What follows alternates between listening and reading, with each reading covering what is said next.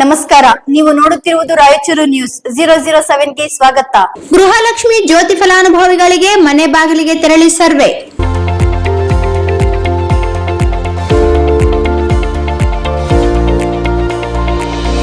ರಾಜ್ಯ ಸರ್ಕಾರದ ಮಹತ್ವಾಕಾಂಕ್ಷೆಯ ಗ್ಯಾರಂಟಿ ಯೋಜನೆಗಳಾದ ಗೃಹಲಕ್ಷ್ಮಿ ಮತ್ತು ಗೃಹ ಜ್ಯೋತಿ ಫಲಾನುಭವಿಗಳ ಮರುಪರಿಶೀಲನೆಗೆ ಸರ್ಕಾರ ಸಿದ್ಧತೆ ನಡೆಸಿದೆ. ಅನರ್ಹ ಫಲಾನುಭವಿಗಳನ್ನು ಗುರುತಿಸಿ ಯೋಜನೆಗಳ ದುರುಪಯೋಗಕ್ಕೆ ಕಡಿವಾಣ ಹಾಕುವ ಉದ್ದೇಶದಿಂದ ಅಧಿಕಾರಿಗಳ ಮೂಲಕ ಮನೆ ಮನೆಗೆ ತೆರಳಿ ಕೆವೈಸಿ ಹಾಗೂ ಸರ್ವೆ ನಡೆಸಲು ಸರ್ಕಾರ ತೀರ್ಮಾನಿಸಿದೆ. ಹೊಸ ಅರ್ಜಿಗಳನ್ನು ಆಹ್ವಾನಿಸುವ ಬದಲಿಗೆ ಮರುಪರಿಶೀಲನೆ ಎಂಬ ಹೆಸರಿನಲ್ಲಿ ಪ್ರಕ್ರಿಯೆ ನಡೆಸಲು ಅಧಿಕಾರಿಗಳು ಮಾದರಿ ಅರ್ಜಿಯನ್ನು ಸಿದ್ಧಪಡಿಸಿದ್ದು, ಅದನ್ನು ಇಂದು ನಡೆದ ಗ್ಯಾರಂಟಿ ಯೋಜನೆಗಳ ಪರಿಶೀಲನಾ ಸಭೆಯಲ್ಲಿ ಮುಖ್ಯಮಂತ್ರಿ ಹಾಗೂ ಸಚಿವರಿಗೆ ಪ್ರದರ್ಶಿಸಿದರು. ಈ ಕುರಿತು ಅಂತಿಮ ತೀರ್ಮಾನ ಸಚಿವ ಸಂಪುಟ ಸಭೆಯಲ್ಲಿ ಕೈಗೊಳ್ಳುವ ಸಾಧ್ಯತೆ ಇದೆ. ಮರುಪರಿಶೀಲನೆ ವೇಳೆ ಆಧಾರ್ ಜೊತೆಗೆ ಮತದಾರರ ಗುರುತಿನ ಚೀಟಿ ಸಂಖ್ಯೆ ಮತ್ತು ಪಡಿತರ ಚೀಟಿ ವಿವರಗಳನ್ನು ಕಡ್ಡಾಯವಾಗಿ ಪಡೆಯಲಾಗುತ್ತದೆ. ಪ್ರತಿಯೊಬ್ಬ ಫಲಾನುಭವಿಯ ಮನೆಗೆ ತೆರಳಿ ದಾಖಲೆ ಪರಿಶೀಲನೆ, ಸ್ಥಳ ಪರಿಶೀಲನೆ ಮತ್ತು ಕೆವೈಸಿ ನಡೆಸಿ ವರದಿ ಸಿದ್ಧಪಡಿಸಲಾಗುತ್ತದೆ. ದುರುಪಯೋಗಕ್ಕೆ ಬ್ರೇಕ್. ಹೊರ ರಾಜ್ಯದವರು, ಆರ್ಥಿಕವಾಗಿ ಸಬಲರು, ಅಧಿಕಾರಿಗಳು, ವ್ಯಾಪಾರಿಗಳು ಸೇರಿದಂತೆ ಅನರ್ಹರು ಯೋಜನೆಗಳ ಲಾಭ ಪಡೆಯುತ್ತಿರುವ ಆರೋಪಗಳ ಹಿನ್ನೆಲೆಯಲ್ಲಿ ಈ ಕ್ರಮಕ್ಕೆ ಸರ್ಕಾರ ಮುಂದಾಗಿದೆ.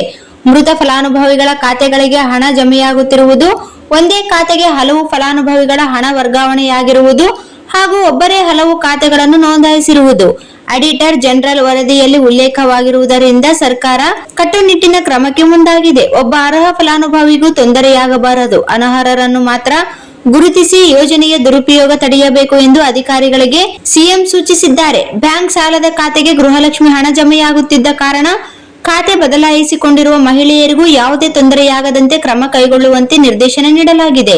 ವಾಯ್ಸ್ ಮೆಸೇಜ್ ವ್ಯವಸ್ಥೆ. ಗೃಹಲಕ್ಷ್ಮಿ ಹಣ ಖಾತೆಗೆ ಜಮೆಯಾದ ಕೂಡಲೇ ಫಲಾನುಭವಿಗಳ ಮೊಬೈಲ್ಗೆ ವಾಯ್ಸ್ ಮೆಸೇಜ್ ಮೂಲಕ ಮಾಹಿತಿ ತಲುಪಿಸುವ ವ್ಯವಸ್ಥೆ ಜಾರಿಗೊಳಿಸುವ ಬಗ್ಗೆಯೂ ಚರ್ಚೆ ನಡೆಯಿತು. ಗೃಹಲಕ್ಷ್ಮಿ ಯೋಜನೆಯಡಿ 1.65 ಕೋಟಿ ಫಲಾನುಭವಿಗಳಿಗೆ ಲಾಭ. ಹೊರ ರಾಜ್ಯದವರು ಗೃಹ ಜ್ಯೋತಿ ಸೌಲಭ್ಯ ಪಡೆಯುತ್ತಿರುವ ಕುರಿತು ಮಾಹಿತಿ ಸಂಗ್ರಹಿಸಲು ಸೂಚನೆ. ಮತದಾರರ ಪಟ್ಟಿಯಲ್ಲಿರುವ ಅರ್ಹರೇ ಸರ್ಕಾರದ ಯೋಜನೆಗಳ ಫಲಾನುಭವಿಗಳಾಗುವಂತೆ ಪರಿಶೀಲನೆ. ಅನ್ನಭಾಗ್ಯ ಯೋಜನೆಯಡಿ ಇದುವರೆಗೆ 11,561,500 ಕೋಟಿ ಡಿಬಿಟಿ ಮೂಲಕ ವರ್ಗಾವಣೆ. ಅನ್ನಭಾಗ್ಯ ಅಕ್ಕಿಯ ಕಾಳಸಂತೆ ತಡೆಯಲು ಕಟ್ಟುನಿಟ್ಟಿನ ಕ್ರಮಕ್ಕೆ ಸೂಚನೆ. ಸ್ವಯಂ ಪ್ರೇರಿತವಾಗಿ ಗ್ಯಾರಂಟಿ ಯೋಜನೆ ತ್ಯಜಿಸುವ ಆರ್ಥಿಕವಾಗಿ ಸಬಲ ಫಲಾನುಭವಿಗಳನ್ನು ಪ್ರೋತ್ಸಾಹಿಸುವ ಕುರಿತು ಚರ್ಚೆ. ಗ್ಯಾರಂಟಿ ಯೋಜನೆಗಳ ದುರುಪಯೋಗ ತಡೆದು ನಿಜವಾದ ಅರ್ಹರಿಗೆ ಮಾತ್ರ ಸೌಲಭ್ಯ ತಲುಪಿಸುವ ಉದ್ದೇಶದಿಂದ ಸರ್ಕಾರ ರಾಜ್ಯವ್ಯಾಪ್ತಿ ಮರುಪರಿಶೀಲನೆಗೆ ಮುಂದಾಗಿದೆ.